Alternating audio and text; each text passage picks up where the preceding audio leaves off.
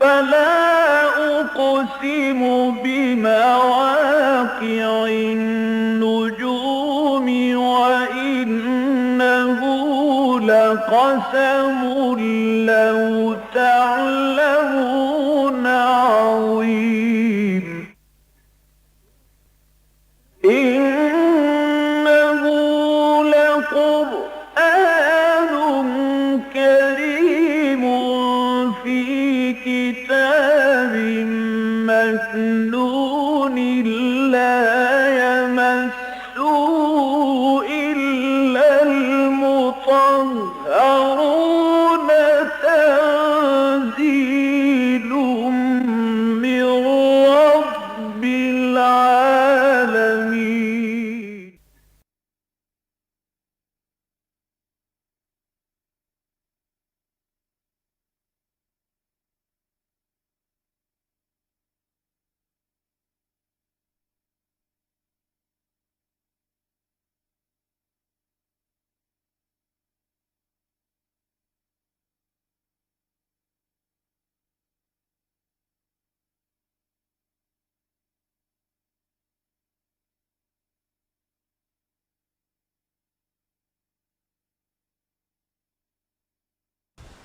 آج ہمیں آپ کے علم میں ہوگا کہ 13واں رکوع پڑھنا ہے سورہ آل عمران کا۔ اعوذ باللہ من الشیطان الرجیم، بسم اللہ الرحمن الرحیم۔ وَإِذْ غَدَوْتَ مِنْ أَهْلِكَ تُبَوِّئُ الْمُؤْمِنِينَ مَقَاعِدَ لِلْقِتَالِ وَاللَّهُ سَمِيعٌ عَلِيمٌ۔ إِذْ هَمَّتْ طَائِفَتَانِ مِنْكُمْ أَنْ تَفْشَلَا وَاللَّهُ وَلِيُّهُمَا وَعَلَى اللَّهِ فَلْيَتَوَكَّلِ الْمُؤْمِنُونَ۔ وَلَقَدْ نَصَرَكُمُ اللَّهُ بِبَدْرٍ وَأَنْتُمْ أَذِلَّةٌ فَاتَّقُوا اللَّهَ لَعَلَّكُمْ تَشْكُرُونَ۔ إِذْ تَقُولُ لِلْمُؤْمِنِينَ أَلَنْ يَكْفِيَكُمْ أَنْ يُمِدَّكُمْ رَبُّكُمْ بِثَلَاثَةِ آلَافٍ مِنَ الْمَلَائِكَةِ مُنْزَلِينَ بَلَى إِن تَصْبِرُوا وَتَتَّقُوا وَيَأْتُوكُم مِّن فَوْرِهِمْ هَٰذَا يُمْدِدْكُمْ رَبُّكُمْ بِخَمْسَةِ آلَافٍ مِنَ الْمَلَائِكَةِ مُصَوِّمِينَ وَمَا جَعَلَهُ اللَّهُ إِلَّا بُشْرَىٰ لَكُمْ وَلِتَطْمَئِنَّ قُلُوبُكُمْ بِهِ وَمَا النَّصْرُ إِلَّا مِنْ عِندِ اللَّهِ الْعَزِيزِ الْحَكِيمِ لِيَقْطَعَ طَرَفًا مِنَ الَّذِينَ كَفَرُوا أَوْ يَكْبِتَهُمْ فَيَنقَلِبُوا خَائِبِينَ لَيْسَ لَكَ مِنَ الْأَمْرِ شَيْءٌ أَوْ يَتُوبَ عَلَيْهِمْ أَوْ يُعَذِّبَهُمْ فَإِنَّهُمْ ظَالِمُونَ وَلِلَّهِ مَا فِي السَّمَاوَاتِ وَمَا فِي الْأَرْضِ يَغْفِرُ لِمَن يَشَاءُ وَيُعَذِّبُ مَن يَشَاءُ وَاللَّهُ غَفُورٌ رَحِيمٌ۔ صدق اللہ العظیم۔ رب اشرح لي صدری ويسر لي أمری واحلل عقدۃ من لسانی یفقہوا قولی۔ اللهم ربنا ألهمنا رشدنا وأعصمنا من شرور أنفسنا، اللهم أرنا الحق حقا وارزقنا اتباعه وأرنا الباطل باطلا وارزقنا اجتنابه، اللهم وفقنا لما تحب وترضى، آمین یا رب العالمین۔ سورہ آل عمران کا جو نصف ثانی ہے، یعنی 10 رکوع آخری، یہ سورہ مبارکہ میں نے 12 عرض کیا ہے کہ یہ بالکل برابر 2 حصوں میں منقسم ہے۔ کل 20 رکوع ہے، 10 رکوعوں پر مشتمل پہلا حصہ ہے، 10 رکوعوں پر مشتمل دوسرا حصہ ہے۔ آیات میں صرف ایک کا فرق ہو گیا ہے، 100 کی بجائے 101 آیات ہیں پہلے حصے میں، لہذا دوسرے حصے میں پھر 100 کے بجائے 99 رہ گئی۔ تو یہ گویا کہ تقریباً 2 مساوی حصے ہیں۔ پھر جیسے سورہ بقرہ میں ہم نے دیکھا تھا کہ پہلے جو نصف تھا اس کے بھی 3 حصے تھے، پہلے 4 رکوع تمہیدی تھے، آخری 4 رکوع تحویلی تھے، درمیان میں 10 رکوع تھے کہ جن میں بنی اسرائیل سے خطاب ہوا۔ اسی طرح اس سورہ مبارکہ کا حصہ اول جو ہے اس کے بھی 3 حصے تھے، تقریباً برابر تہائی 33 آیات 34 آیات۔ ان میں سے ایک حصے میں وہی تمہیدی مضامین اور زیادہ تر خطاب امت مسلمہ سے، درمیانی حصے میں اب اہل کتاب کا جو دوسرا گروپ تھا، نصارہ عیسائی، اور ان کی جو سب سے بڑی گمراہی تھی الوہیت مسیح کا عقیدہ، اس کی نفی۔ تیسرے حصے میں پھر اہل کتاب کو بحیثیت مجموعی، یعنی یہود اور نصارہ دونوں کو مجموعی طور پر خطاب کیا گیا۔ یہ نصف اول کے 3 حصے تھے جو ہم پڑھ چکے ہیں۔ نصف ثانی کے جو 10 رکوع ہیں اس میں سے پہلے 2 رکوع امت مسلمہ سے خطاب پر مشتمل ہیں، اور خاص طور پر انہیں متنبع کیا گیا ہے اہل کتاب کی ریشہ دوانیوں سے کہ اب ان سے پورے طور پر چوکس رہیں، چوکنے رہیں۔ یہ بھی بتا دیا گیا کہ تمہاری تاسیس ہو چکی ہے، اب بحیثیت ایک امت تمہارا ایک مقام معین ہو چکا ہے۔ کنتم خیر امت اخرجت للناس تأمرون بالمعروف وتنہون عن المنکر وتؤمنون باللہ۔ یہ گویا کہ ان دی کمیٹی آف نیشنز، دنیا میں جو اقوام عالم ہیں ان میں تمہارا یہ امتیازی مقام ہے کہ دنیا کی قومیں جو ہیں وہ اپنی بہتری، اپنی سربلندی، اپنے استحکام، اپنے بہبود کے لیے عمل پیرا رہتی ہیں، لیکن تمہیں دنیا والوں کی بھلائی کے لیے، ان کی اخروی نجات کے لیے اپنی تمام تر مساعی کو صرف کرنا ہے۔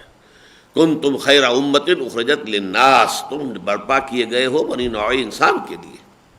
تمہارا کام یہ ہے کہ تأمرون بالمعروف وتنہون عن المنکر وتؤمنون باللہ۔ ساتھ یہ بھی فرما دیا کہ اس کے لیے تمہیں ایک سہ نکاتی لائے عمل پر مسلسل عمل پیرا رہنا پڑے گا۔ وہ آیات 102، 103، 104 کئی مرتبہ ان کا تذکرہ ہو چکا ہے کہ پہلی آیت میں پہلا نقطہ کیا ہے کہ پہلے اپنی انفرادی سیرت و کردار کو مضبوط کرو۔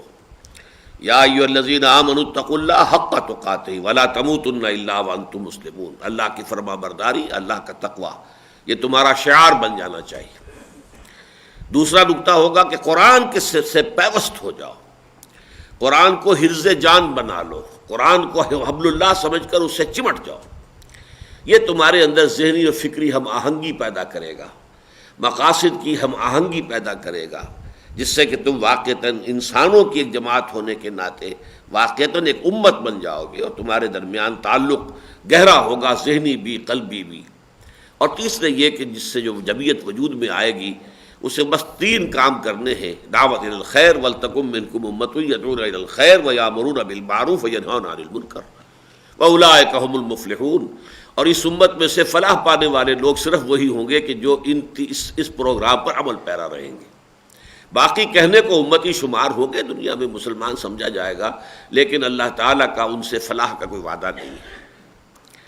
اس کے بعد اگلے رکوع میں ہم نے دیکھا تھا کہ کہا گیا کہ یہ اہل کتاب بھی ایمان لے آتے تو ان کے لیے بہت بہتر تھا، لیکن نہیں ایمان لائے، اڑ گئے ہیں۔ ان میں معدود چند ہیں کہ جو ایمان پر قائم ہیں۔ جب حضرت موسیٰ اور تورات پر جو ایمان تھا اس پر قائم ہے تو یقیناً وہ لوگ محمد پر صلی اللہ علیہ وسلم اور قرآن مجید پر بھی ایمان لے آئیں گے، یا لا چکے ہیں یا لے آئیں گے، لیکن ان کی اکثریت جو ہے وہ ماننے والوں پر مشتمل نہیں ہے۔ ان کے اندر حسد کی آگ بھڑکی ہوئی ہے۔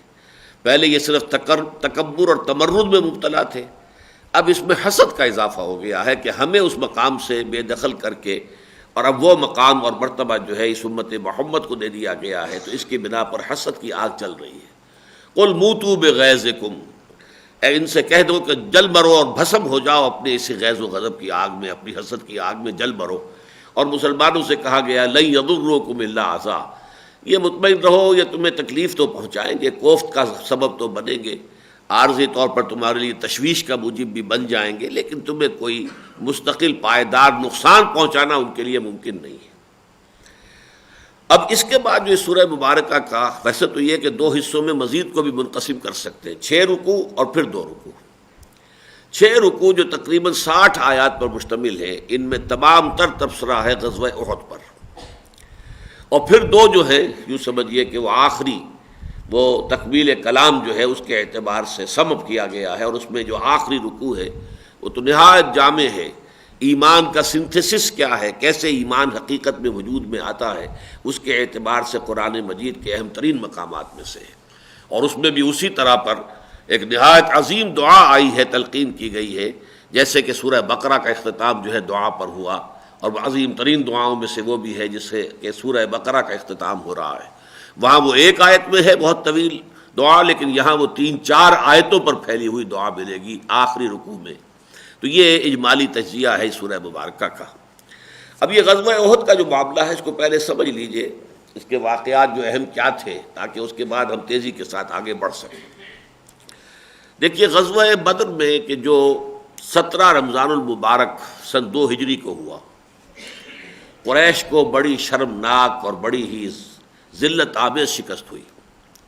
ان کے تقریباً تمام سربر آوردہ لوگ مارے گئے. ابو جہل جس کے بارے میں حضور نے فرمایا کہ ھذا فرعون ھذہ الامہ، وہ بھی وہاں پر پڑا ہوا تھا. امیہ ابن خلف جو ستایا کرتا تھا حضرت بلال کو، وہ بھی پچھڑا ہوا پڑا تھا وہاں پر. بڑے بڑے سب کے سب لوگ جو ہیں ان کے وہ کھیت رہے، اور 70 ان کے قیدی جو ہے مسلمانوں کے ہاتھ میں آئے، اسیر بنے. یہ بہت بڑی شکست تھی کہ جو قریش کو ہوئی. اس سے یقیناً 2 نتیجے نکلے. ایک کہ مسلمانوں کی دھاک بیٹھ گئی، رعب مسلمانوں کا قائم ہو گیا، اور دوسری طرف یہ ہے کہ بہت شدید صدمہ، رنج، غم، افسوس، اور جسے کہتے ہیں پیچ و تاب کی کیفیت جو ہے وہ قریش کی ہو گئی. اب یہ عرب کا ایک مزاج تھا کہ وہ اس طرح کے کسی معاملے کو لے کر بیٹھ نہیں رہتے تھے. اس کے بعد انتقام کی آگ جو ہے وہ ان کے اندر بھڑک اٹھتی تھی. لہذا بدر کے بعد جو ہے انہوں نے انتقامی جنگ کی تیاری فوراً شروع کر دی. سب سے پہلی بات تو انہوں نے یہ کی کہ جو بھی مر گئے تھے، ان کے آدمی مارے گئے تھے، قتل ہو گئے تھے، ان پر نوحہ کہنا، ان پر رونا، ماتم کرنا منع کر دیا گیا کہ اس سے ہمارے حوصلے پست ہوں گے. کوئی شخص اپنے کسی مقتول کا کوئی نہ ماتم کرے نہ نوحہ پڑھے. حالانکہ یہ ان کی روایات میں سے تھا. خاص طور پر خواتین مرثیے پڑھا کرتی تھیں، بیان کرتی تھی، جیسے ہمارے دیہات میں اب بھی جانگلیوں کے ہاں ہے، وہ بیان کرتی ہیں، بول رہی ہیں، کچھ پڑھ رہی ہیں اور بیان کر رہی ہیں. تو وہ بیان کرنا ان کا ایک باقاعدہ فن تھا. لیکن یہ کہ پابندی سخت لگا دی گئی، آرڈیننس، کہ کوئی کہیں سے کوئی آواز نہ آئے، تاکہ ہمارے اعصاب کے اندر جو ہے وہ کسی کمزوری کا اظہار نہ ہو، بلکہ ہماری عزم کا، ہماری ہمت کا، ہمارے جو ہے جذبہ انتقام کے اندر جو ہے وہ شدت، وہ اندر ہی اندر جو ہے یہ آگ کھولے. ایسا نہ ہو کہ اس مرثیہ خانی سے ہماری وہ جذبات جو ہیں ٹھنڈے پڑ جائیں، اندر کی بھڑاس نکل جائے. ہمیں تو اندر ہی اندر نغمہ ہے بلبل شوریدہ تیرا خام ابھی، اپنے سینے میں اسے اور ذرا تھام ابھی.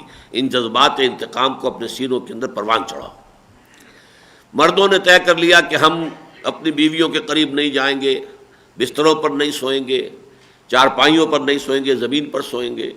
عورتوں نے بناؤ سنگھار ترک کر دیا. جب تک کہ انتقام ہم نہ لے لیں اس وقت تک جو ہے ہم جو ہے کوئی بھی معاملہ اس طرح کا نہیں کریں گے. مزید یہ کہ وہ جو قافلہ تھا جو ابو سفیان کی سرکردگی میں آ رہا تھا شام سے، جو ایک ایکسائٹنگ کاز بنا تھا غزوہ بدر کا، اور وہ بہت بڑا قافلہ تھا، 1000 اونٹ اور اس پر 50,000 دینار کا مال تھا. اور وہ قافلہ صحیح و سالم پہنچ گیا تھا، اس لیے کہ ابو سفیان نے تو دوہری چال چلی تھی. ایک طرف SOS کال بھی بھیج دی تھی کہ مجھے خطرہ ہے وہ محمد کے آدمیوں سے کہ بدر سے اگر میں گزروں گا تو مجھ پر حملہ ہوگا، جیسا کہ ہو بھی رہا تھا بالفعل. حضور جو ہے مدینے سے اسی لیے نکلے بھی تھے صحابہ کو لے کر. لہذا مجھے مدد بھیجو. وہاں سے لشکر چل پڑا. لیکن دوسری چال اس نے یہ چلی کہ وہ وادی بدر میں داخل ہی نہیں ہوا، بلکہ اس نے ساحل سمندر کے ساتھ ساتھ نیچے کا نشیبی راستہ جو تھا وہ اختیار کر کے اور وہاں سے نکل گیا. اور بعد میں اس نے پیغام بھی بھیجا کہ میں تو بچ کے نکل آیا ہوں، لہذا اب جنگ کی ضرورت نہیں ہے، اور ہمارا جو مقصد تھا وہ حاصل ہو گیا ہے، لہذا اگر آپ چاہیں تو واپس لوٹ جائیں. بہرحال وہ ایک علیحدہ واقعہ ہے، وہ ہم پڑھیں گے جب سورہ بدر کا پورا معاملہ سورہ انفال میں سامنے آئے گا، اس لیے کہ اس کے بارے میں بہت سا قیل و قال ہے، بہت سی مختلف آراء لوگوں میں پھیلی ہوئی ہے. بہرحال اس پورے قافلے کے بارے میں انہوں نے یہ طے کیا، یہ گویا کہ انہوں نے ایک فنڈ کی شکل اس کو دے دی. جس کا مال ہے اس میں وہ سب کا سب کنٹریبیوٹ کر دے. یہ 1000 کے 1000 اونٹ اور 50,000 دینار کا یہ سارا مال سب نے وقف کر دیا کہ اب یہ آئندہ جنگ کی تیاری کے لیے یہ پورا کا پورا مال ہماری طرف سے وقف رہے گا. ڈونیشنز ہو گئی. ایک بہت زبردست فنڈ جو ہے وہ اسی کے ذریعے سے انہوں نے قائم کر دیا. چنانچہ اس کا ذکر جو ہے وہ سورہ غزوہ بدر کے بعد چونکہ یہ واقعات ہو رہے تھے تو یہ سورہ انفال میں آیت آئی ہے، آیت نمبر 36 ہے، ان الذین کفروا ينفقون اموالهم لیصدوا عن سبیل اللہ. یہ کافر لوگ جو ہے مال خرچ کر رہے ہیں اپنا تاکہ لوگوں کو اللہ کے راستے سے روک سکیں. فسينفقونها، تو ٹھیک ہے یہ خرچ کر لیں گے اپنا مال. ثم تکون علیہم حسرۃ ثم یغلبون، پھر یہ تم جو بھی انفاق کر رہے ہیں، خرچ کر رہے ہیں، یہ ان کے لیے ایک حسرت کی نشانی بن جائے گا، اس لیے کہ حاصل کچھ نہیں ہوگا. گویا کہ پیشن گوئی ہو گئی تھی کہ دوبارہ بھی جب یہ حملہ کر کے جائیں گے تو شکست کھا کر آئیں گے. ثم یغلبون، پھر یہ مغلوب ہو جائیں گے. اب اس کو ذرا نوٹ کر لیجئے کہ جو فوج لے کر وہ چلے ہیں، اور اب اس کا جو سرکردہ لیڈر ہے وہ ابو سفیان ہے. ابو سفیان ہی گویا کہ ان کے ہاں قریش میں اب سب سے اونچے گھرانے کا، ابو سفیان بن حرب بن امیہ، بنو امیہ بڑا قبیلہ تھا، اس میں کوئی شک نہیں ہے، لہذا اس کا چونکہ سربراہ ابو سفیان، لہذا ابو سفیان کو سپہ سالار کی حیثیت حاصل ہے۔ باقی بڑے بڑے لوگ جو ساتھ تھے اس میں خالد بن ولید بن مغیرہ بہت بڑا سردار تھا، ان کے بیٹے خالد ہیں جو ایمان لے آئے بعد میں، ابو سفیان بھی بعد میں ایمان لے آئے، پھر ابو جہل کا بیٹا اکرمہ، وہ بھی گویا کہ ایک نسل تو ان کی ختم ہو گئی تھی، تو یہ دوسری نسل جو تھی اب اس کے ہاتھ میں قیادت آئی تھی، تو ان میں سب بڑے بڑے لوگوں کے جو بیٹے تھے انہوں نے گویا کہ اس کے انتظام و انصرام سنبھال لیا، اور سرکردگی جو ہے وہ ابو سفیان کو۔ 3000 کی تو یہ نفری تھی ان کی، جس میں قریش بھی تھے اور کچھ ان کے ساتھ جو ان کے حلیف قبائل تھے وہ بھی تھے، ساتھ ہی 3000 اونٹ تھے۔ یہ اونٹوں کی تعداد جو ہے یہ اس اعتبار سے بڑی اہم ہوتی ہے کہ یہ بار برداری کے کام بھی آتے ہیں، سواری کے کام بھی آتے ہیں، اور یہی ان کا راشن بھی ہے، اسی کا گوشت جب ضرورت ہوتی ہے ذبح کرتے اور کھاتے ہیں۔ 200 گھوڑوں کا ایک جو ہے یہ سمجھیے رسالہ موجود تھا، کیولری 200 گھوڑوں کی، اور اس کیولری کے انچارج تھے خالد ابن ولید۔ 15 خواتین کا بھی ایک طائفہ ساتھ تھا، اور یہ معزز گھرانے کی خواتین تھی، کوئی جھوکریاں اور کوئی کنیزیں وغیرہ نہیں تھی، یہ اس لیے کہ وہاں پر وہ لوگوں کو غیرت دلائیں اور لوگوں کو پامردی پر اکسائیں کہ بھاگنے نہ پائیں، جب جم کر لڑیں تو وہ وہاں پر رج پڑتی رہیں گی، اور وہ اپنے لوگوں کا جو ہے وہ جب دیکھیں گے کہ ہماری عورتیں بھی یہاں ہیں، خدا نہ خواستہ ہم نے قدم پیچھے ہٹا دیے تو پھر ہماری عورتوں کی بے حرمتی ہو جائے گی، وہ کنیزیں بن جائیں گی، تو گویا کہ اس طریقے سے ہر اعتبار سے انہوں نے اپنے لشکر کی پوری تیاری کر لی۔ ادھر حضور کا نظام جو تھا انٹیلیجنس کا وہ بھی بہت مضبوط تھا، اور خاص طور پر ایک صاحب تو ایسے موجود تھے مکے کے اندر جو درپردہ ایمان لا چکے تھے لیکن ابھی انہوں نے اپنا ایمان ظاہر نہیں کیا تھا، وہ تھے حضرت عباس، حضور کے چچا۔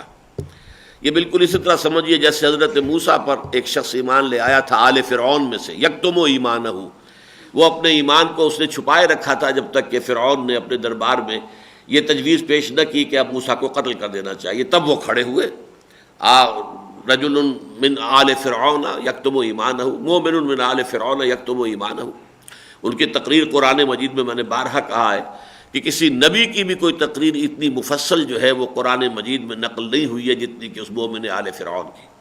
یہی کردار اصل میں حضرت عباس کا بھی ہے، لہذا حضرت عباس رضی اللہ تعالی عنہ ایمان لا چکے تھے لیکن ابھی وہ اپنی قوم ہی کے ساتھ رہ رہے تھے، اور ہو سکتا ہے کہ حضور کو درپردہ اس کا علم بھی ہو، اس لیے کہ غزوہ بدر میں تو وہ کفار کے ساتھ آئے بھی تھے اور اسیر بھی ہوئے تھے، اور ان کو کراہتے ہوئے سن کر حضور کو تکلیف پہنچی تھی، تو حضور نے کہا تھا کہ سب کے بند ڈھیلے کر دو۔ ظاہر بات ہے کہ ان کو اسیروں کو کسا ہوا ہوتا تھا رسیوں کے اندر، تو وہ جو ہاتھ پاؤں باندھے ہوئے ہیں، کسے ہوئے ہیں، ہل نہیں سکتا کوئی آدمی، تو اسے تکلیف ہو رہی تھی، تو حضرت عباس کے کراہنے کی آواز حضور نے سنی، تو حضور نے فرمایا کہ بھائی بند ڈھیلے کر دو سب کے، ان کو اس طرح زیادہ کس کے نہ رکھو۔ تو یہ بھی معلوم ہوتا ہے کہ شاید حضور کے علم میں تھا کہ عباس جو ہے وہ ایمان لا چکے، واللہ عالم، اس کی صراحت کہیں پر مجھے نہیں ملی ہے۔ انہوں نے حضور کو اطلاع کر دی ساری، حضور کے پاس اطلاع ملی، حضور نے پھر اپنی طرف سے بھی لوگوں کو بھیج دیا کہ وہ دیکھیں کہاں کہاں لشکر پہنچ رہا ہے، کیا صورت ہے، پوری تفصیل آ جائے، اور دوسری طرف آپ نے مدینے میں ایک مجلس مشاورت منعقد کی، اس میں خود اپنا ایک خواب بھی آپ نے دکھایا، بتایا کہ میں نے خواب دیکھا ہے کہ کچھ گائیں ذبح ہو رہی ہیں، اور میری تلوار کا جو سرہ ہے اس پر کچھ شکستگی کے آثار ہیں، کچھ مڑ گئی ہے، یا کچھ وہاں سے اس کی دھار جو ہے وہ خراب ہو گئی ہے، اور تیسرے یہ کہ میں نے اپنا ہاتھ جو ہے ایک بڑی مضبوط زرہ کے اندر ڈالا ہے۔ اس خواب کی حضور نے بھی تعبیر یہ کی، اس سے محسوس ہوتا ہے کہ اللہ تعالیٰ کا منشا یہ ہے کہ ہم مدینے میں محصور ہو کر مقابلہ کریں۔ زرہ آپ نے فرمایا کہ میں جو زرہ میں ہاتھ ڈالتا ہوا دیکھا میں نے اپنے آپ کو، تو وہ مضبوط زرہ غالباً مدینہ منورہ ہے، یہ شہر ہے، اس میں محصور ہو کر ہم دفاع کریں۔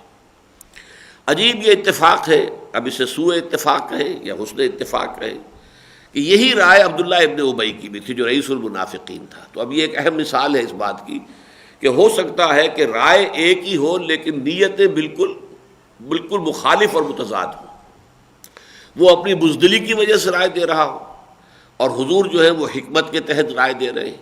اس اعتبار سے جہاں تک نیت کا تعلق ہے، جو منشا ہے کسی بات کا، کہاں سے وہ بات ابھر کر آ رہی ہے نیت سے، تو اس میں زمین و آسمان کا فرق ہونے کے باوجود رائے میں مشابہت ہو سکتی ہے۔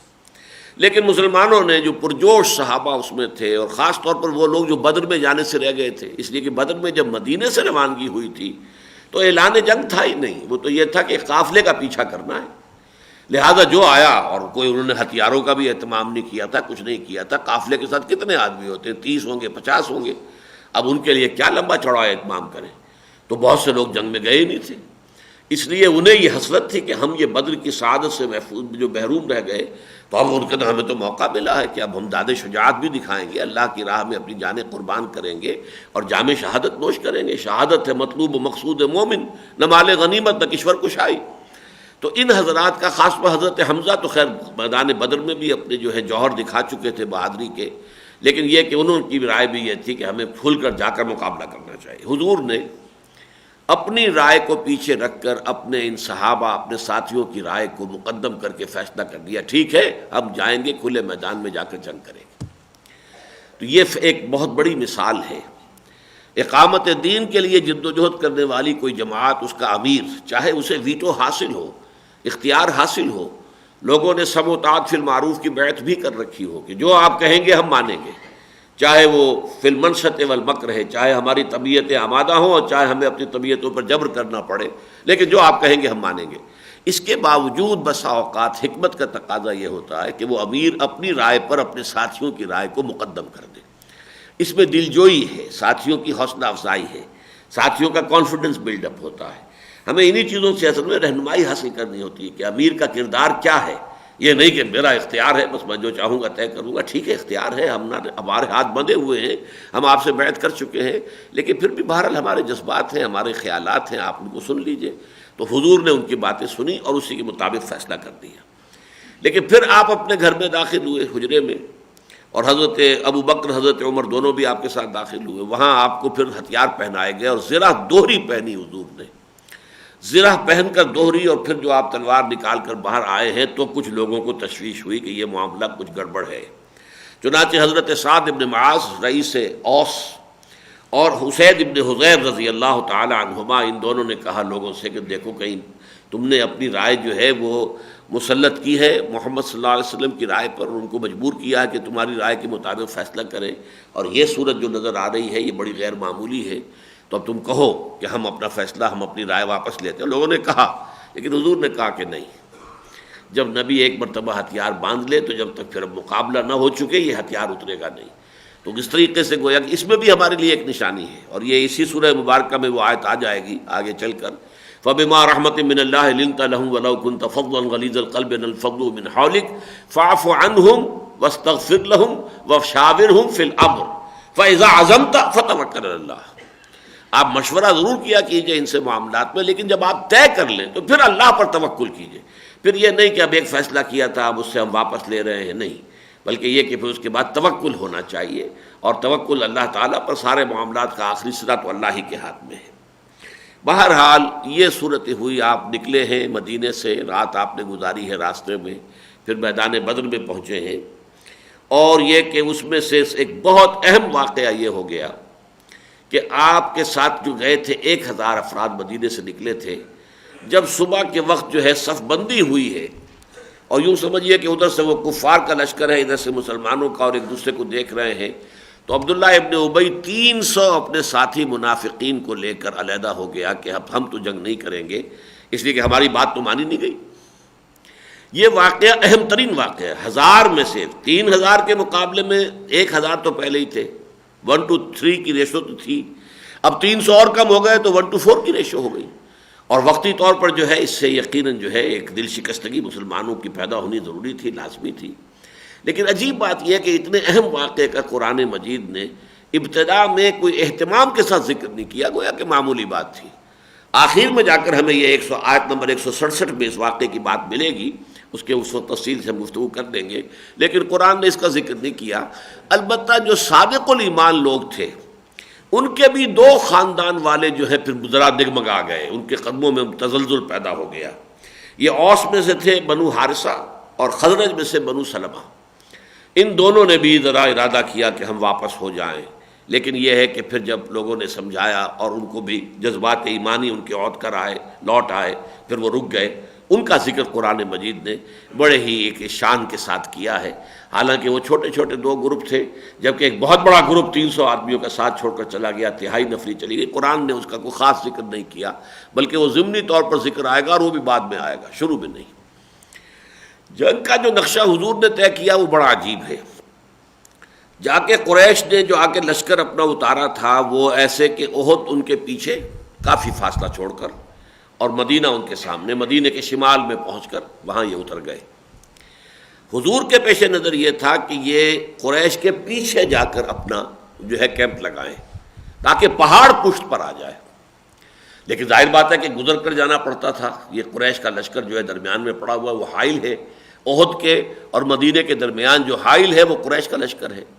تو حضور نے پھر لوگوں سے پوچھا کہ کوئی شخص جو راستے ایسے جانتا ہو کہ ہمیں کسی اور چور راستے سے لے جائے اور وہ پیچھے ہم پہنچ جائیں ان کی پشت پر. تو کچھ حضرات نے کہا ہمیں معلوم ہے پہاڑوں کے اندر راستے ایسے ہوتے ہیں درے، کہ وہ پھر 2 حضرات جو تھے وہ لے کر گئے ہیں اور قریش کو پتہ نہیں چلا، اور لشکر جو ہے کنی ان سے کتراتا ہوا پیچھے چلا گیا. اب یوں سمجھیے کہ شمال مدینہ یہ ہے، اور مدینہ کے شمال میں یہ سارا معاملہ ہے. شمال میں احد ہے، اور وہاں اس کے فوراً بعد حضور اور صحابہ کرام کا لشکر ہے، پھر قریش کا لشکر ہے، پھر مدینہ ہے. تو اس طریقے سے گویا کہ قریش کا لشکر جو ہے حضور کے اور مدینہ کے درمیان حائل ہو گیا، اور حضور کے اور مسلمانوں کی پشت پر پہاڑ آ گیا. اب یاد کیجئے کہ یہی واقعہ ہوا تھا حضرت عمر کے زمانے میں. شام کے ایک محاذ پر حضرت ساریہ رضی اللہ تعالیٰ عنہ سے غلطی ہو رہی تھی، اور حضرت عمر کو اللہ نے وہ میدان جنگ دکھا دیا، اور اس پر آپ نے کہا یا ساریہ تو الجبل، او ساریہ کیا غضب کر رہے ہو، غلطی کر رہے ہو، پہاڑ کی طرف اپنا معاملہ اختیار کرو. اور یہ آواز اللہ نے حضرت ساریہ کو پہنچا دی. حضرت عمر کی انہوں نے آواز سنی. یہاں جو ہے جو خطبہ سن رہے ہیں وہ حیران ہو رہے ہیں کہ یہ خطبہ تو ہمیں دے رہے تھے، یہ ساریہ سے کیا بات شروع کر دی حضرت عمر نے رضی اللہ تعالیٰ عنہ. لیکن یہ کہ وہاں وہ اللہ نے آواز پہنچائی، اور اس کے مطابق انہوں نے اپنی اسٹریٹجی درست کی. تو پہاڑ کو پشت پر رکھنے میں یہ کہ پشت محفوظ ہو جاتی ہے، یہ نقشہ حضور نے وہاں پر اختیار فرمایا. البتہ وہ ذرا مسلمان لشکر کے جو جنوب مشرق کی طرف آپ نے دیکھا ایک درہ ہے. اگر کہیں قریش کا لشکر رسالہ 200 گھوڑوں کا رسالہ موجود تھا، بہت تکڑا ان کا ایک رسالہ تھا، اگر کہیں وہ پہاڑ کا چکر کاٹ کر اور اس درے سے حملہ آور ہو جاتا تو گویا کہ پھر اب 2 چکی کے 2 پارٹوں کے درمیان مسلمانوں کا لشکر آ جاتا. لہذا اس کو آپ نے تاڑ کر، اور وہاں قریب میں ایک ٹیلہ تھا، وہ اب جمل الرمات کہلاتا، رما کہتے ہیں تیر چلانے کو، رما یرمی. تو اس سے رمات جو وہ لوگ کہ جو وہاں پر تیر انداز 50 آپ نے مقرر کر دی اس ٹیلے کے اوپر کہ اس درے میں سے کسی کو گزرنے نہ دینا، تم اس کے اوپر متعین رہو گے. اور اس پر حضرت جبیر رضی اللہ تعالی عنہ جو ہے ان کو آپ نے، حضرت عبداللہ ابن جبیر ابن نعمان انصاری دوسی بدری رضی اللہ تعالی عنہ، ان کو مقرر کیا 50 تیر انداز کہ تم یہاں رہنا. اور یہاں تک آپ نے فرمایا کہ اگر تم یہ دیکھو کہ ہم سب کے سب ہلاک ہو گئے اور ہمارا گوشت پرندے نوچ نوچ کر کھا رہے ہیں، تب بھی تم نے یہاں سے نہیں ہٹنا، تم یہیں رہنا. تو اس کی تاکید کر کے حضور نے ان کو وہاں پر جو فائز کر دیا. اب اس شکل میں اب آخری جو کوشش کی قریش نے، ایک کوشش تو بہت بڑی ہو گئی تھی، ظاہر بات ہے اندر خانے کوئی نہ کوئی ان کا سلسلہ جنبانی ہوگا. عبداللہ ابن ابی کے ساتھ جو 300 آدمی لے کر وہ علیحدہ چلا گیا. لیکن 2 کوششیں اور کی. ابو سفیان نے خفیہ پیغام پہنچایا انصار کو کہ دیکھو ہمارا معاملہ اور ہمارا چچا زاد بھائی ہے محمد صلی اللہ علیہ وسلم، قرشی تھے حضور، تو ہمارا قریش کا یہ گویا کہ ہمارا اندرونی معاملہ ہے، خاندانی معاملہ ہے.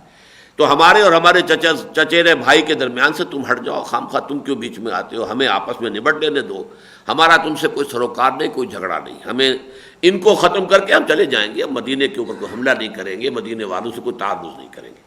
لیکن وہاں سے کوڑا جواب آیا کہ ہم محمد کا ساتھ نہیں چھوڑ سکتے صلی اللہ علیہ وسلم. دوسرا قدم یہ اٹھایا کہ اوس کا ایک سردار ہوتا تھا ابو عامر، یہ جیسے مکے میں جو حضرت خدیجہ رضی اللہ تعالیٰ عنہ کے چچا زاد بھائی تھے ورقہ ابن نوفل، وہ قرشی تھے، لیکن یہ کہ حق کی تلاش میں اور نیکی اور بھلائی کی تلاش میں وہ بھی شام گئے تھے، اور وہاں جا کر انہوں نے نصرانیت عیسائیت اختیار کر لی تھی. اور کانا یکتب التوراۃ فی العبرانیہ، تورات وہ عبرانی زبان میں لکھا کرتے تھے.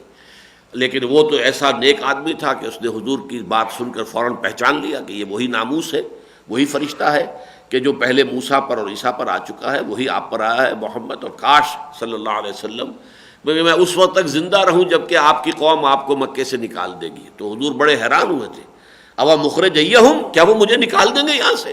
ان کا ہاں یہی ہوا، جس کے ساتھ بھی یہ پیغام جو بھی لے کر آیا ہے اس کی قوم اس کی دشمن ضرور ہوئی ہے۔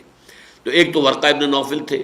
اسی طرح کی ایک شخصیت جو تھی وہ مدینے میں اوس کے سرداروں میں سے یہ شخص تھا ابو عامر، یہ بھی گیا شام اور یہ بھی عیسائی ہو گیا۔ پھر رہبانیت، عیسائیوں میں جیسے راہب ہوتے ہیں وہ رہبانیت اس نے اختیار کی۔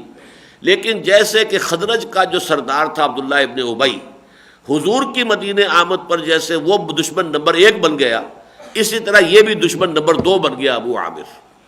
عبداللہ ابن ابی نے تو طے یہ کیا کہ مدینے میں رہے گا، دیکھے گا، تیل دیکھو، تیل کی دھار دیکھو، کوئی حالات کے اکھیڑ پچھاڑ کے اندر ہو سکتا ہے کوئی وقت ایسا آئے کہ میں پھر یہاں سے محمد کو نکلنے پر مجبور کر دوں اور میری بادشاہی کا خواب جو کہ چکنا چور ہو گیا ہے دوبارہ اپنی جگہ پر قائم ہو جائے۔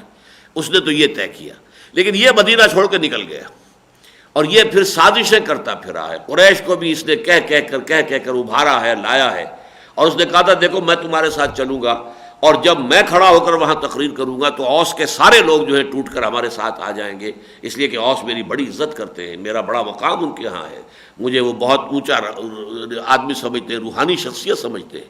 چنانچہ اب وہ سامنے آیا، اس نے تقریر کی، لیکن یہ کہ اس کی تقریر پر بھی تمام جو اوس کے لوگ حضور کے ساتھ تھے، صحابہ کرام میں سب نے کہا کہ لعنت ہو تجھ پر اور اللہ تیری آنکھ کو ٹھنڈا نہ کرے۔ تو اس نے کہا ہو معلوم ہوتا ہے کہ میری غیر موجودگی میں مدینے میں کوئی بہت بڑا شر پھیل گیا ہے۔ بہرحال اس کی یہ کوشش بھی قطعاً ناکام ہوئی۔ ایک اور خاص واقعہ وہ آیات کے پڑھنے سے پہلے آپ کو میں بتا دوں کہ بنی عبد الدار تھا ایک گھرانہ قریش کا، ان کو یہ اعزاز حاصل تھا کہ قریش کا علم ان کے ہاتھ میں ہوتا تھا۔ بدر میں بھی ان کا جو علم بردار تھا اس سے کچھ کوتاہی ہوئی تھی، تو ابو سفیان نے یہاں ذرا ان کی غیرت کو للکارنے کے لیے کہا کہ دیکھنا یہ تم جھنڈے کے ساتھ ہی، فوج کی جو عزیمت ہوتی ہے، ہمت ہوتی ہے، حوصلہ ہوتا ہے، وہ جھنڈے کے ساتھ وابستہ ہوتا ہے۔ جھنڈا کہیں گر جائے تو سمجھا جاتا کہ اب ہمیں شکست ہو گئی۔ تو تمہارے سے یہ معاملہ جو ہے وہ بدر کے اندر بھی ہو گیا تھا، اب یہاں اگر ایسا کرنا ہے تو پہلے ہی جھنڈا ہمیں دے دو، ہم کسی اور کے حوالے کر دیں۔ اس سے ان کا خون جوش میں آ گیا اور انہوں نے ذرا سخت انداز میں بھی ابو سفیان سے جواب دیا، گالیاں بھی دیں کہ تم سمجھتے ہو کہ ہم جھنڈے کا حق ادا نہیں کریں گے، ہم اس کا حق ادا کریں گے اور تم دیکھ لو گے کہ ہم کیسے حق ادا کرتے ہیں۔ چنانچہ ان میں سے پھر جب مبارزت کے لیے بھی وہی طلحہ ابن ابی طلحہ عبدری یہ جو ہے جو ان کا سردار تھا بنو عبد الدار کا، وہ میدان میں نکلا اونٹ پر سوار ہو کر اور اس نے مبارزت طلب کی۔ وہ تھا بہت ڈیل ڈول والا اور بہت تکڑا آدمی، چنانچہ مسلمان بھی اسے کہا کرتے تھے کبش القتیبہ، یہ لشکر کا مینڈھا ہے، مینڈھا کے طریقے سے جو ہے وہ اس کی حیثیت تھی۔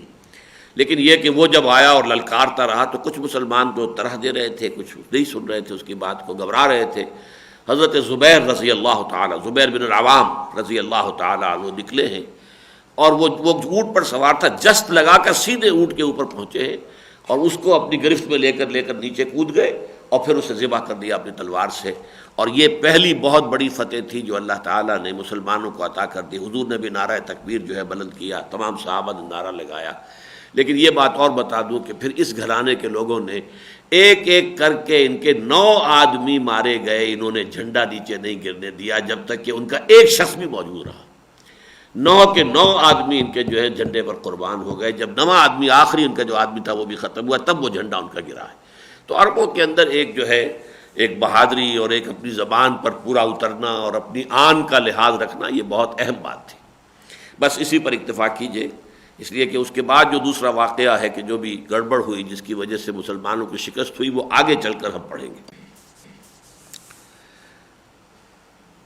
وَإِذْ غَدَوْتَ مِنْ أَهْلِكَ تُبَوِّئُ الْمُؤْمِنِينَ مَقَاعِدَ لِلْقِتَالِ، اور اے نبی جب کہ آپ نکلے تھے اپنے گھر والوں سے، جب کہ آپ تبوّئ المؤمنین، بوا یبوّئ کے معنی ہے کوئی جگہ معین کرنا۔ وَإِذْ بَوَّأْنَا لِإِبْرَاهِيمَ مَكَانَ الْبَيْتِ، سورہ حج میں آیا ہے، جب کہ ہم نے ابراہیم کے لیے اپنے گھر کی جگہ معین کر دی کہ یہ ہے بیت اللہ کی جگہ۔ اسی طرح یہ تبوّئ المؤمنین مقاعد للقتال، مقعد کی جمع، مقعد کہتے ہیں بیٹھنے کی جگہ، سیٹ، یہ مقعد ہیں جن پر آپ بیٹھے ہوئے ہیں۔ تو یہ مقعد جو ہے اس کی جمع مقاعد یعنی مورچے۔ آپ مورچہ بند کر رہے تھے اہل ایمان کو مختلف جگہوں پر، جیسے کہ 50 تیر اندازوں کا مورچہ آپ نے لگوایا تھا جبل الرمات پر، للقتال، جنگ کے لیے۔ اب یہ جنگ یہاں اگرچہ کہیں غزوہ احد کا لفظ نہیں آیا ہے، لیکن سب کے نزدیک اجماع ہے کہ اس سے مراد وہ غزوہ احد ہے۔ واللہ سمیع علیم، اللہ سب کچھ سننے والا، جاننے والا، یعنی تمہاری ہر بات اللہ کے علم میں تھی، جو گفتگویں تم کر رہے تھے، جو باتیں تمہاری ہو رہی تھی، جو تمہارے دلوں میں تھا، جو اللہ سے تم چپکے چپکے دعائیں مانگ، سب اللہ کے علم میں تھی۔ اور اس میں ادھر بھی اشارہ ہو گیا، چونکہ اب آگے تبصرہ ہوگا مسلمانوں کی خطاؤں پر اور غلطیوں کے اوپر بھی تبصرہ ہوگا، گرفت بھی ہوگی، یہاں تک کہ ایک معاملے میں حضور پر بھی کچھ گرفت ہو جائے گی، محبت آمیز اور شفقت آمیز۔ تو اب اس میں یہ ہے کہ اس تبصرے کو جان لو کہ یہ تبصرہ کرنے والا کون ہے۔ یہ کوئی ایسا نہیں ہے جسے سی آئی ڈی کی رپورٹس پہنچی ہوں اور اس نے اس رپورٹوں کے اوپر جو ہے اپنی رائے بنا لی ہو، معاذ اللہ۔ اللہ تو خود سمیع ہے، خود علیم ہے، ہر شے کا سننے والا، ہر شے کا جاننے والا۔ تو جو بھی وہ کچھ اب فرمائے گا جس کے لیے تمہیں تیار ہو جانا چاہیے سننے کے لیے، جان لو کہ وہ اس سمیع اور علیم خدا کی طرف سے تمہاری لیے، تمہاری نگاہیں کھولنے کے لیے، تاکہ تمہیں اپنی کمزوریوں کا علم ہو جائے آئندہ کے لیے۔ ابھی تو اور بڑے مرحلے آنے والے ہیں، ستاروں سے آگے جہاں اور بھی ہیں، ابھی عشق کے امتحان اور بھی ہیں۔ ابھی تو سمجھیے کہ ابھی ابتدا ہے، لیکن یہ کہ یہ معاملات تو بہت آگے جائیں گے۔ غزوہ احزاب بھی آنے والا ہے، غزوہ تبوک بھی آئے گا، بڑے بڑے مراحل آنے ہیں۔ تو تمہیں اپنے رینکس جو ہیں ان کے اندر دیکھنا چاہیے کہ کہاں کہاں کوئی ضعف اور کمزوری کے معاملات ہیں، تاکہ ان کو رفع کر سکو۔ اذ ہمت طائفتان منکم ان تفشلا، جب کہ آمادہ ہو گئے تھے تم میں سے دو گروہ کہ وہ نامردی دکھائیں، ڈھیلے پڑ جائیں، وہاں سے چلے جائیں۔ یہ ہے وہ دو، بنو حارثہ اور بنو سلمہ۔ بنو حارثہ یہ اوس کے قبیلے سے تھے۔ یہ جیسے ہمارے ہاں بھی ہے نا کہ یہ وٹو ایک قبیلہ ہے، اس قبیلے میں مانے کے، لالے کے، شامد کے، اب یہ مختلف خاندان ہو جائیں گے، ان کی اولاد جو ہے۔ تو قریش ایک قبیلہ تھا، بنو ہاشم، بنو امیہ، بنو عدی، بنو فتیم، یہ سب اس کے گھرانے ہیں۔ اسی طریقے سے یہ اوس کے گھرانے، اوس کے قبیلے سے ایک گھرانہ تھا بنو حارثہ، اور خزرج کے قبیلے سے ایک گھرانہ تھا بنو سلمہ۔ تو انہیں بھی ذرا سی عارضی طور پر جو ہے ان کے قدموں کے اندر بھی لغزش پیدا ہوئی۔ اذ ہمت طائفتان منکم ان تفشلا واللہ ولیہما، حالانکہ اللہ تعالیٰ ان دونوں کا ساتھی تھا، پشت پناہ تھا، مددگار تھا، ان کو یہ علم تھا، اس لیے کہ وہ لوگ منافق نہیں تھے، صاحب ایمان تھے۔ لیکن کسی صاحب ایمان کے اندر بھی وقتی طور پر کوئی کمزوری، کسی وسوسے کی وجہ سے، شیطانی وسوسہ، یا کسی سابقہ کمزوری کی وجہ سے کوئی کمزوری، کوئی خطا سرزد ایسی ہوئی ہو جس کی بنا پر کہ پھر وہ ایک شخصیت کے اندر ہی کہیں کوئی ضعف جو ہے وہ شامل ہو جائے، تو مختلف اعتبارات سے ہو سکتا ہے۔ لہذا فرمایا کہ اللہ ان کا ولی تھا، وعلی اللہ فلیتوکل المؤمنون، اور یقیناً اللہ تعالیٰ جو ہے اسی پر توکل کرنا چاہیے اہل ایمان کو۔ یہ نہیں دیکھنا چاہیے کہ 300 آدمی چلے گئے، ہم پہلے ہی جو ہیں 1/3 تھے اور اب تو جو 300 آدمی نکل گئے، آپ سمجھے تہائی لشکر چلا گیا واپس۔ 1000 میں سے 300، یہ کوئی 30,000 میں سے 300 تو نہیں گئے تھے کہ جس کا کوئی حیثیت نہ ہوتی۔ 1000 میں سے 300 چلے گئے، تو اس کا مطلب یہ 30% آف دی آرمی وہ چلی گئی اور سب کے نگاہوں کے سامنے گئی، اور عین اس وقت گئی ہے۔ اس سے بڑی سازش اور کیا ہو سکتی ہے، جبکہ ایک دوسرے کے سامنے آ چکے تھے، جبکہ وہ دشمن نے بھی دیکھ لیا کہ ان کے کچھ لوگ واپس جا رہے ہیں، تاکہ ان کے حوصلے بلند ہو گئے، اور یہاں کے جو لوگ ہیں ان کے حوصلے، ہر ایک پر کچھ نہ کچھ اثر تو پڑا ہوگا۔ بر بنائے تب بشری، یہ تو نہیں ہو سکتا کہ سرے سے کوئی تاثر نہ لیا ہو۔ البتہ یہ کہ اس تاثر کے بنا پر قدم ڈگمگا جائیں، یہ صرف دو گروہوں کے ہوئے۔ اذ ہمت طائفتان منکم ان تفشلا واللہ ولیہما وعلی اللہ فلیتوکل المؤمنون۔ یہ دونوں جو گروہ ہیں بعد میں جو ثابت قدم بھی رہے، انہوں نے پھر جو ہے اپنی بہادری کے جوہر بھی دکھائے، لیکن یہ بعد میں فخر کرتے تھے کہ اللہ تعالیٰ نے ہمارا ذکر قرآن میں کیا ہے طائفتان منکم سے، گویا کہ ہمیں یہ سند دے دی ہے کہ ہم منافقوں میں سے نہیں تھے بلکہ ہم اہل ایمان میں سے تھے۔ اللہ تعالیٰ کی اس سند کو انہوں نے گویا کہ اپنے لیے بنائے اعزاز سمجھا کہ یہ تو اللہ نے ہمارا اعزاز فرمایا۔ اذ ہمت طائفتان منکم ان تفشلا، جبکہ تم میں سے بھی دو گروہ جو ہیں وہ آمادہ ہو گئے تھے کچھ بزدلی دکھانے پر، کچھ کمزوری کے اظہار پر۔ واللہ ولیہما وعلی اللہ فلیتوکل المؤمنون ولقد نصرکم اللہ ببدر وانتم اذلہ۔ اور دیکھو یاد کرو، اللہ نے مدد کی تھی تمہاری بدر میں بھی جبکہ تم بہت کمزور تھے۔ وہ تو ریشو تو 1 اور 3 کی اس وقت بھی تھی، 313 اور 1000، لیکن یہ کہ جو ساز و سامان ہتھیاروں کا فرق تھا وہ بہت زیادہ تھا۔ 313 میں سے صرف 2 کے پاس تلواریں تھیں، صرف 2، اور وہاں بھی اس وقت 100 گھوڑوں کا رسالہ ان کے ساتھ تھا اور ادھر 2 گھوڑے تھے صرف. وہاں 1000 اونٹ تھے، ادھر 70 اونٹ تھے. یہ 70 اونٹ 2 گھوڑے یہاں سیراب ہو جاتے اور مجاہد بھی وضو کرتے، نہاتے، غسل فرماتے. شاہنامے کی نظم ہے، بڑی ہی عمدہ نظم ہے کہ صحرا نے دامن پھیلا کر جو ہے دعا کی اللہ سے کہ اللہ بارش بھیج دے تاکہ تیرے یہ نبی کے ساتھی، تیرے نبی جو ہیں یہاں پر انہیں آسودگی حاصل ہو، وہ نہائیں، غسل کریں، وضو فرمائیں. وہ بڑی بڑی پیاری نظم ہے حفیظ جالندری کی.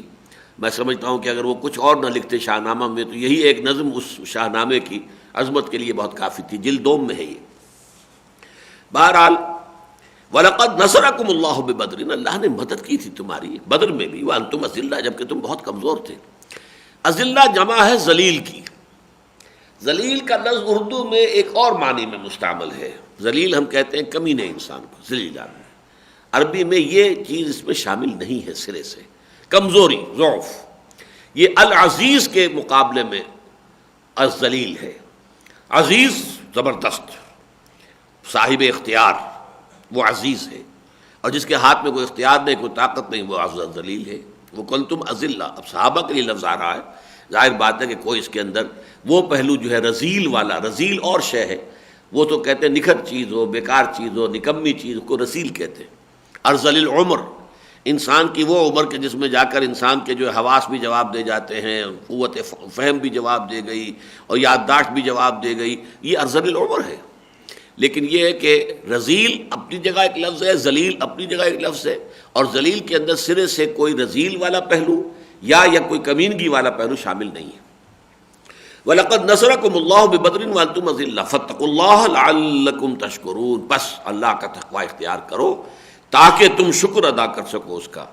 تاکہ اب دیکھیے اس کے درمیان میں ایک گویا کہ شے چھوڑ دی گئی کہ اس کو فل ان دی بلینک خود کرو. فَاتَّقُوا اللَّهَ، اللہ کا تقوی اختیار کرو تاکہ اللہ کی مدد تمہارے شامل حال ہو اور تاکہ تم اس کا شکر ادا کر سکو. تقوی کرو گے واللہ مع المتقین، اللہ تعالیٰ تقوی کرنے والوں کے ساتھ ہے. ان اللہ لمع المحسنین، یقیناً اللہ تعالیٰ اپنے محسنین بندوں کا ساتھ دیتا ہے.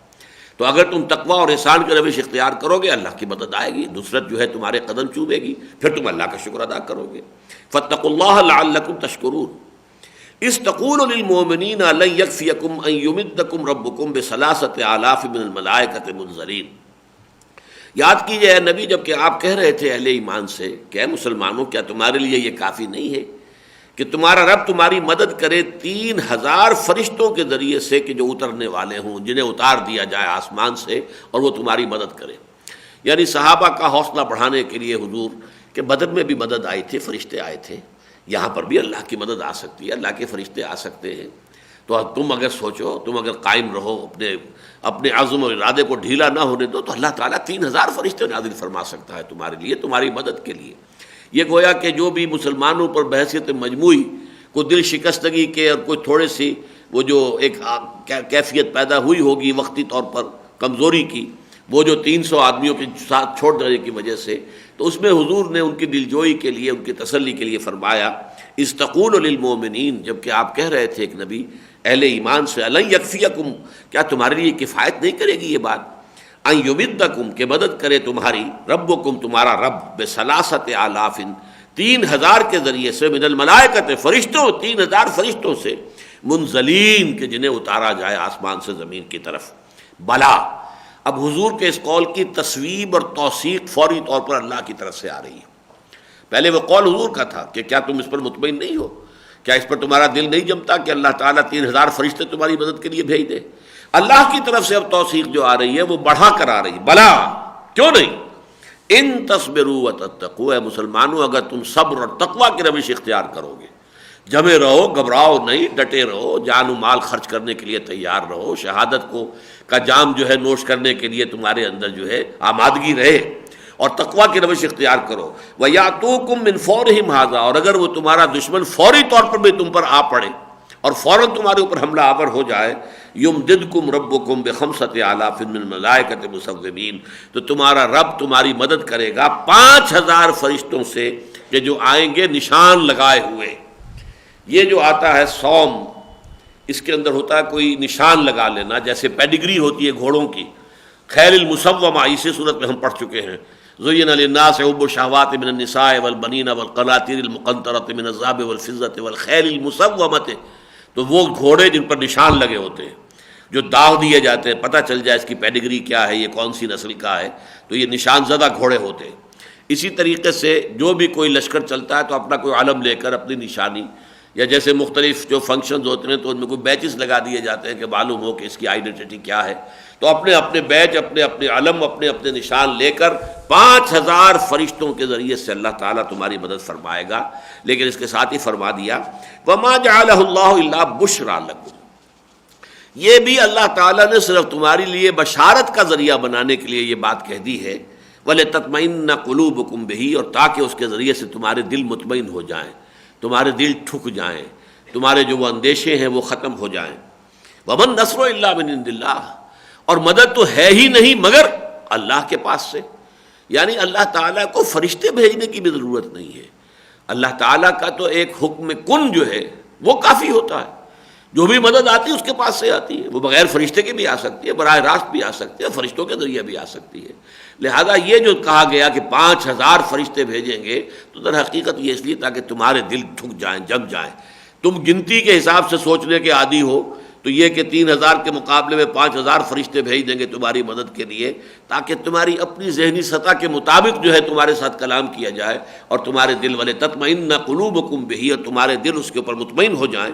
وَمَن نَّصْرُ إِلَّا مِنْ عِندِ اللَّهِ الْعَزِيزِ الْحَكِيمِ، حالانکہ مدد تو ہے ہی صرف اللہ کی طرف سے، اور وہ اللہ کے جو العزیز ہے، من عند اللہ، اللہ کے پاس سے ہے، اور وہ العزیز ہے، الحکیم ہے، زبردست ہے اور حکمت والا ہے۔ اس کا کوئی فعل حکمت سے خالی نہیں ہے، اگرچہ اس کا اقتدار مطلق ہے، اس کا اختیار مطلق ہے، اس کے اقتدار اور اختیار پر کوئی قدغنیں نہیں ہے، کوئی چیکس اینڈ بیلنسز نہیں ہے، کہیں لمیٹیشن نہیں ہے، لیکن اس کی اپنی حکمت ہے، اس کا اختیار بھی ہے، مطلق ہے تو اس کی حکمت بھی کامل ہے۔ لِيَقْطَعَ طَرَفًا مِّنَ الَّذِينَ كَفَرُوا أَوْ يَكْبِتَهُمْ فَيَنقَلِبُوا خَائِبِينَ، اور اللہ تعالیٰ کا یہ ارادہ ہے، یہ گویا کہ جنگ سے ایک پہلے کی کیفیات جو ہیں اس کو ذکر ہو رہا ہے، یہ تمہیدی رکوع ہے، لیکن اس میں آپ دیکھیں گے کہ پورے اس جنگ کا بھی جو میں تذکرہ کروں گا اگلی آیت کے ضمن میں، تو پوری جنگ کا لب لباب اس ایک رکوع میں آ گیا ہے۔ اس لیے اس کا اختتام پر وَلِلَّهِ مَا فِي السَّمَاوَاتِ وَمَا فِي الْأَرْضِ، عام طور پر جب کوئی بحث قرآن مجید میں تکمیل کو پہنچتی ہے تو آخر میں پھر ایسی آیات آتی ہیں کہ جو ڈیمارکیٹ کر دیتی ہیں کہ یہاں آ کر اس بحث کی تکمیل ہو گئی ہے۔ تو اسی طریقے سے یہ 9 آیات پر مشتمل جو رکوع ہے، یہ گویا کہ ان 60 آیات کے لیے ایک طرح کا یہ انڈیکس ہے، اس میں اس کا لب لباب، جیسے کہ ہم دیکھتے ہیں کہ سورہ کہف میں پہلے 3 آیتوں میں پورے واقعے کو سم اپ کیا گیا ہے، اور پھر وہ 3 رکوعوں کے اندر اس کی تفاصیل بیان کی گئی ہیں۔ یہ قرآن کا اپنا ایک خاص اسلوب ہے، جو جس کے بارے میں احکمت آیاتہ ثم فصلت، پہلے آیات بڑی محکم جو سارے مضمون کو سمیٹ لے اور پھر انہی کی تفصیل کی جائے، ثم فصلت من لدن حکیم خبیر۔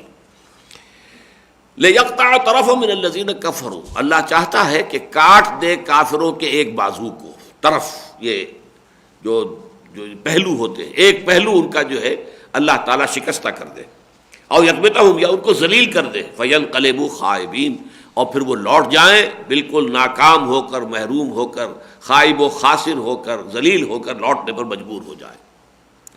لَيْسَ لَكَ مِنَ الْأَمْرِ شَيْءٌ أَوْ يَتُوبَ عَلَيْهِمْ أَوْ يُعَذِّبَهُمْ فَإِنَّهُمْ ظَالِمُونَ، اے نبی آپ کے ہاتھ میں کوئی اختیار نہیں ہے۔ یہ بڑی ایک تیکھی قسم کی گرفت ہے جو حضور پر ہو رہی ہے۔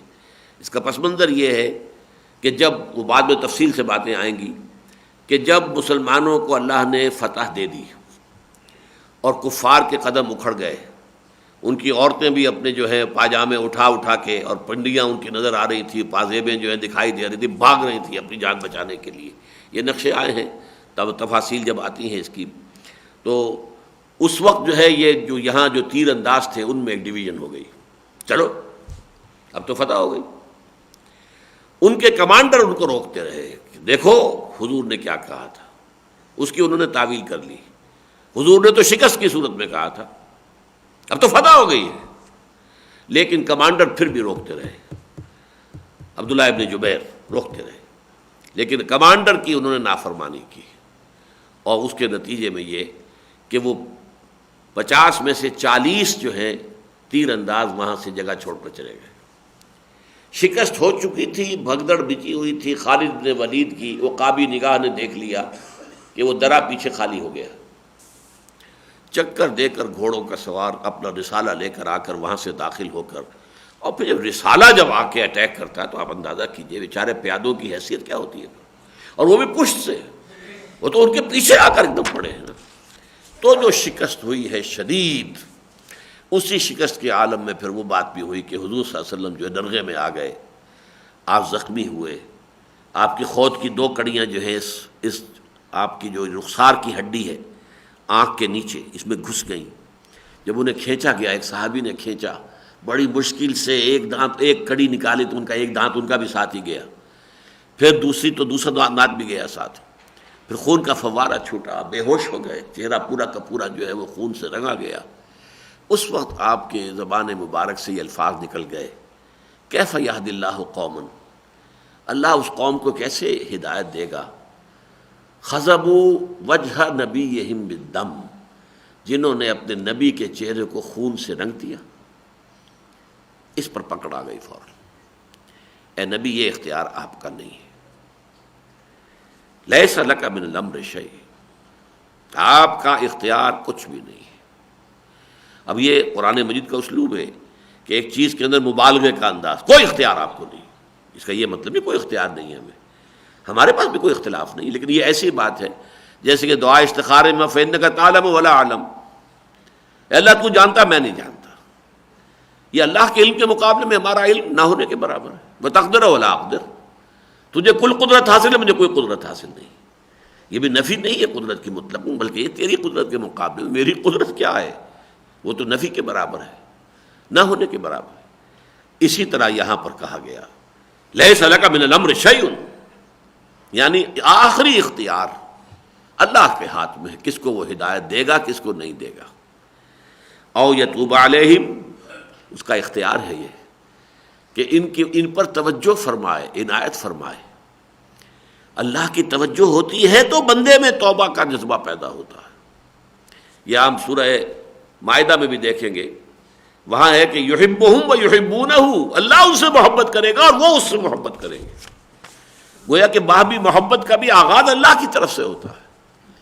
اللہ اپنے کسی بندے پر نظر عنایت ڈالتا ہے تو بندے کے دل کے اندر جو ہے وہ جذبات ابھرتے ہیں کہ وہ بھی اللہ کی محبت سے اس کا دل جو ہے سرشار ہو جائے، اور وہ پھر اللہ تعالیٰ کی محبت میں آ کر تن من دھن جو ہے لگانے کے لیے تیار ہو جائے۔ اب دیکھیے، یہ جس شخص کی وجہ سے یہ سب سے بڑا حادثہ ہوا، ویسے تو یہ کہ وہ جو 40 تھے جو تیر انداز وہ سبب بنے، لیکن یہ کہ اصل جو سبب بعد میں بن گیا وہ تو خالد ابن ولید اور ان کا رسالہ 200 گھوڑوں کا، گھڑ سوار شہ سوار آ رہے ہیں دوڑ، لیکن وہی خالد ابن ولید ہے جس کی ہاتھوں یہ چرکا لگا ہے، وہی پر ایمان لے آئے ہیں، اور انہی کو اللہ تعالیٰ نے حضور ہی کے زبان مبارک سے خطاب دلوایا ہے، خالد سیف من سیوف اللہ، خالد تو اللہ کی تلواروں میں سے ایک تلوار، خالد سیف من سیوف اللہ۔ یہ خطاب کس نے دیا؟ محمد رسول اللہ صلی اللہ علیہ وسلم۔ کس کو دیا؟ جس کے ہاتھوں وہ اتنی بڑی زک پہنچی تھی اور اتنا بڑا جو ہے زخم لگا تھا، چرکا لگا تھا۔ لیس لک من الامر شیء، آپ کو کوئی اختیار حاصل نہیں ہے، یعنی اختیار مطلق ہر معاملے کا، کسی کی ہدایت یا نہ ہدایت ہونا نہ ہونا یہ اللہ کے اختیار میں۔ اس کے بالکل برعکس معاملہ ہے کہ ابو طالب کے بارے میں جتنی شدید خواہش حضور کی ہو سکتی تھی کہ وہ ایمان لے آئیں، اور کسی شخص کے بارے میں نہیں ہو سکتی۔ چچا ہے، پھر یہ کہ پرورش میں بھی ان کا حصہ ہے، دادا کے انتقال کے بعد اور بڑے تایا زبیر کے انتقال کے بعد پھر ابو طالب ہی کی زیر تربیت رہے، پھر اس نے آخری وقت تک ساتھ دیا ہے، ایمان نہیں لایا، لیکن اسی کی بنا پر بنو ہاشم کی پوری پشت پناہی رہی ہے۔ 3 سال کا مقاطعہ انہوں نے تو کیا تھا اہل ایمان کا، لیکن بنو ہاشم بھی شامل رہے، اس مقاطعے میں بھی انہوں نے ساتھ نہیں چھوڑا ہے حضور کا صلی اللہ علیہ وسلم۔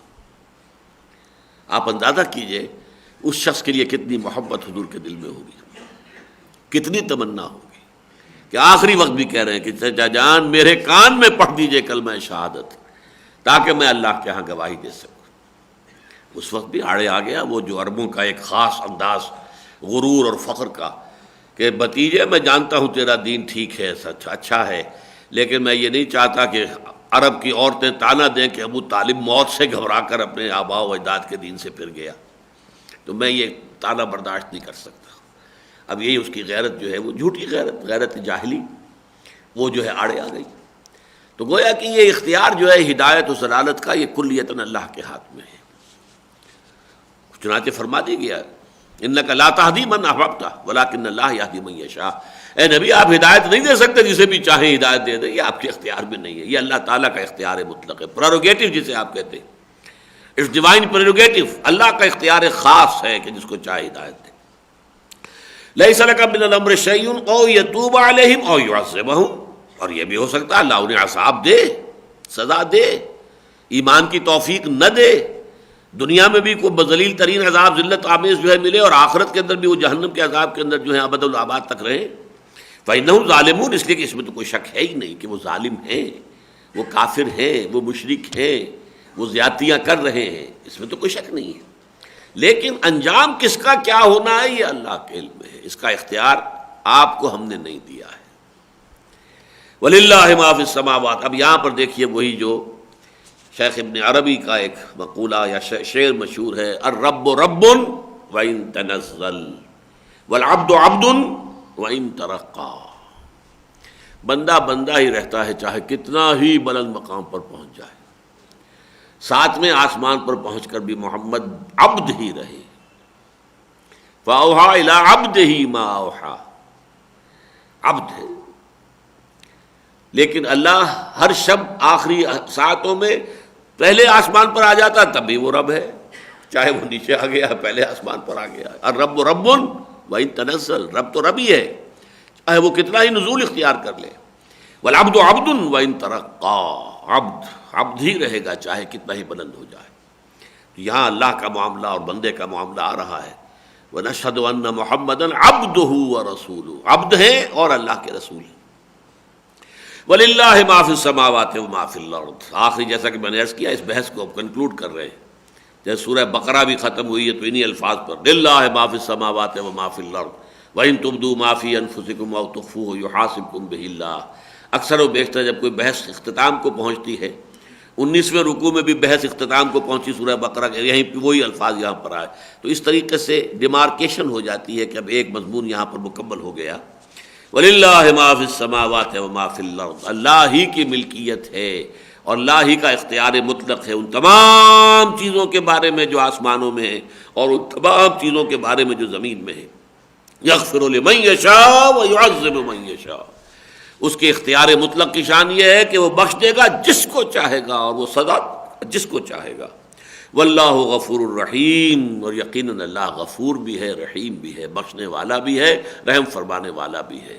اللہ تعالی ہم سب کو بھی اپنی مغفرت اور رحمت کے سائے میں لے لے اور ہمیں دین کے جو تقاضے ہیں ان کو پورا کرنے کی توفیق عطا فرمائے۔ بارک اللہ لی ولکم فی القرآن العظیم ونفعنی وإیاکم بالآیات والذکر الحکیم۔